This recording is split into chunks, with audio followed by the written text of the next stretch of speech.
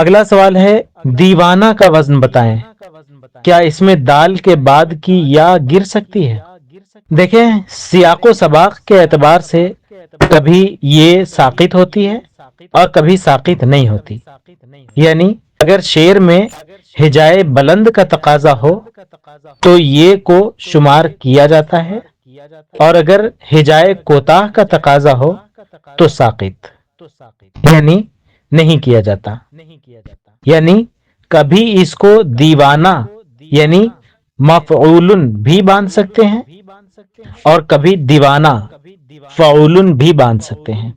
یہاں ایک بات یاد رکھنے کی ہے، اور وہ یہ کہ جب دیوانہ سے یہ گرانی ہو تو یہ کے بغیر لکھیں، جیسے دیوانہ، یہ نہیں کہ یہ گرا دیا اور دیوانہ ہی لکھ رہے ہیں۔ مفعول اور فعول دونوں باندھ سکتے ہیں۔